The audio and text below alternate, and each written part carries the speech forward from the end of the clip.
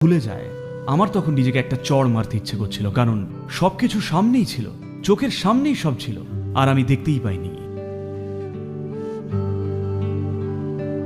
কিন্তু এই রাস্তার ভবঘুরে লোকটা, যে কিনা 10 টাকায়, 10 টাকা মানে 10 টাকা মানে ওই 20 সেন্ট, ওটাই পারিশ্রমিক ওনার কাছে, সেটাও নিজে চাইবেন না।